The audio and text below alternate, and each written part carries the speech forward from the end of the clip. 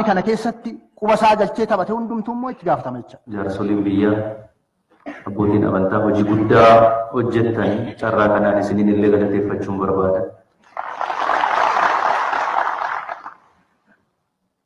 Obboloowwan keenya biyya alaa jiraataa turan gaafa simanni irraa kaasne kan kaleessaarra walitti dhiyeenyi keenya har'a wayya jedheetanii nan yaada. Kan kaleessaarra amma danda'amaa ta'etti nus akka mootummaatti hanqinuma qabnu waliin nagaa isaanii eegamee tasgabbiidhaan dhimma saba keenyaa hundi keenya iyyuu kallattii garagaraan qabsaa'aa turre amma danda'amaa ta'etti xaarii fi rakkina hedduu yoo haa qabaatu malee mataa walitti hidhuu nurra jiraata jennee halkanii guyyaa waliin hojjetaa jirra. Amma namni bakkeedhaan yaadu natti hin fakkaatu amma nu badhutti. Deemnee dhufnee gumii gaaddisa hooggansa Oromoo jennee walitti dhufnee ijaarrannee waan qabnu gumii keenya keessa sanatti mari'achuu jalqabnee jirra waan ta'eef kun abdii guddaadha. Anis amma nani beekutti kaan keenya sama beeknutti waan addaa kana nuti itti wal ilaalaa jirru tokkollee hin jiru kan ifa ta'uu qabu. Akkuma qabsaa'aa Oromoo kamittuu guyyaa biyya kana galee kaasee hamma danda'amaa ta'etti waa baay'ee waliin hojjetaa turre waliin illee hojjetaa jirra. Wal gargaarree wal deeggarree waliin mari'annee iddootti immoo tokkoon keenya hanqina qabnutti immoo akka sirreeffannullee wal gorsaa dhufnee jirra.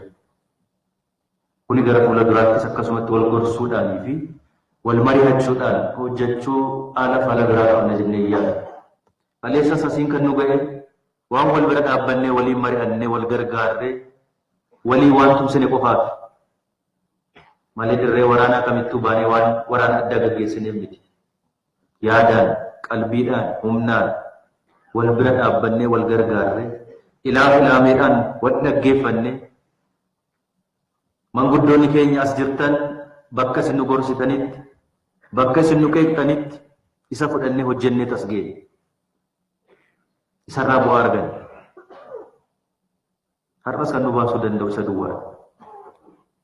Sanaa achitti fala addaa qabna yaadu.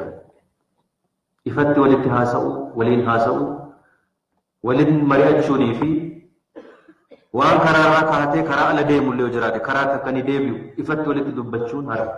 Akka nuti biyya bushuun dandeenyetti, biyya bushuun nuun malleetti sana dhugoomsuudhaaf, milkeessuudhaaf halkanii guyyaa wanti hojjetamu lakkoofsan qaba. Dabni jirus lakkoofsan qaba. Dhaabbanne ammayyuu yeroo hunda kana haasofnu faashinii waan ta'eef miti. Nurraan dhaabbanne qormaanni jiru ganamaa galgala yeroo hunda qormaanni jiru ulfaataaf guddaadha.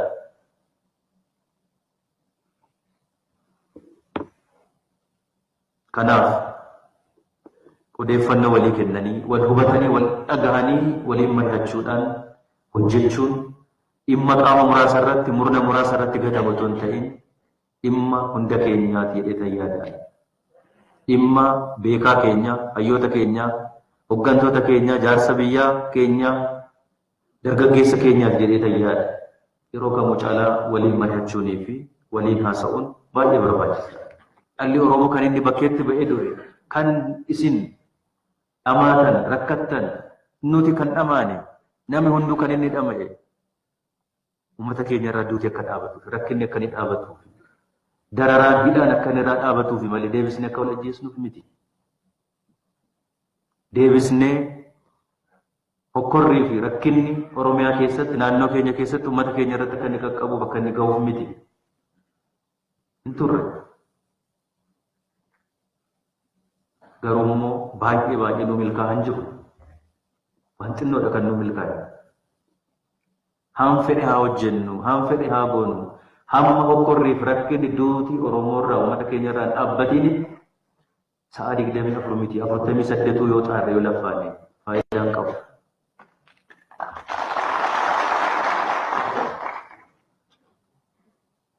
Kanaaf ammas rakkina wajjin jiraachuun nurra hin jiraatu. Gadi teenyee haasa'uu qaba. Beekaan keenya, hayyuun keenya, jaarsi biyyaa, hooggansi Oromoo gadi teenyee haasa'uu fi ifatti walitti dubbachuu danda'utu nurra jira. walitti haasa'u nurra jiraata. Hogganas biras rakkoon jiru yoo jiraate ifatti nutti himamuu danda'utu irra jiraata. Nuti Shimallisiin asiin kan ga'e, asiin kan dhaabe eenyu miti, digirii isaa miti, sartifikeetii isaa miti, qabsoo Oromooti. Yoo har'a kana dagata ta'e gatiin qabu, doofummaadha. Dooktar Abiyyiin lammaa barcuma kanarra kan kaa'e asiin kan ga'e qabsoo dhiiga lafee ilmaan Oromooti. Kana sa'aatii tokkoof miti, daqiiqaa tokkoof miti, sakandii tokkoof hin daganna yoo ta'an doofummaadha, wallaalummaadha.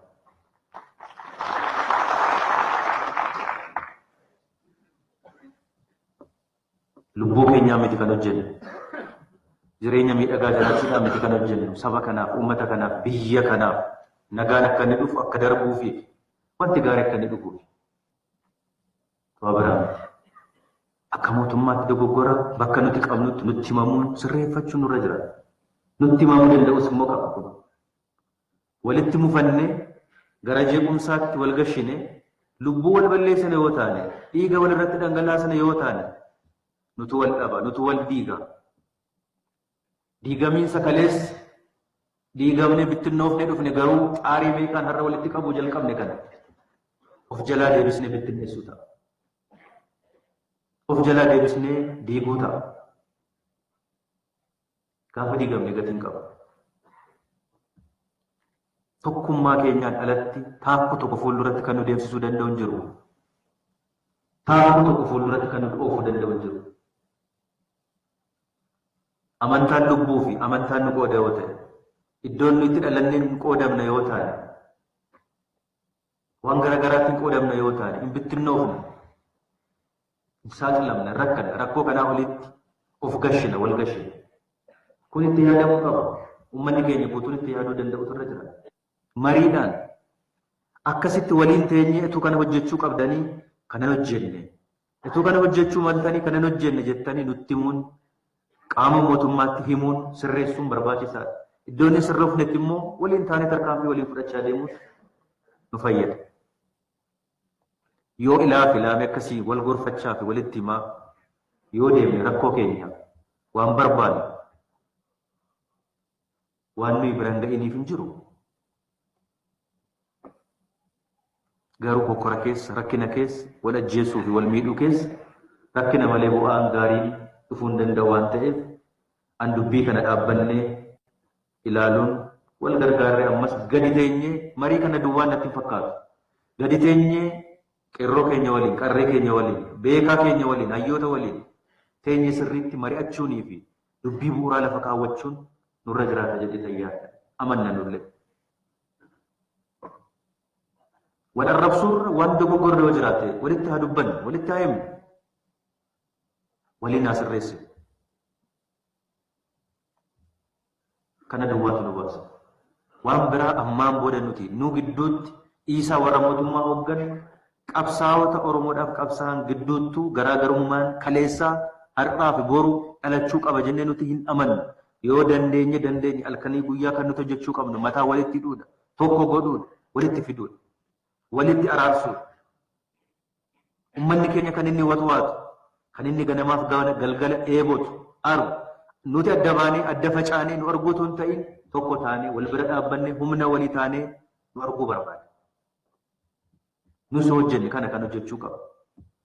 Hayyuun keenya beekaan keenya nu gargaare kanarratti kan nu gargaaruu qaba.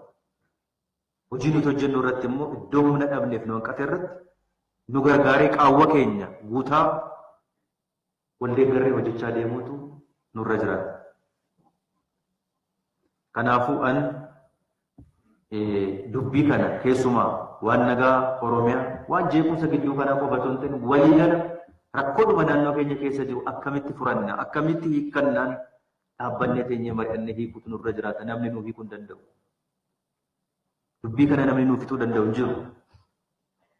Fixachuun nurra jiraata. Nuttaa mi'aawu, haa hadhaa'u. Dubbii fixachuun barbaachisaadha.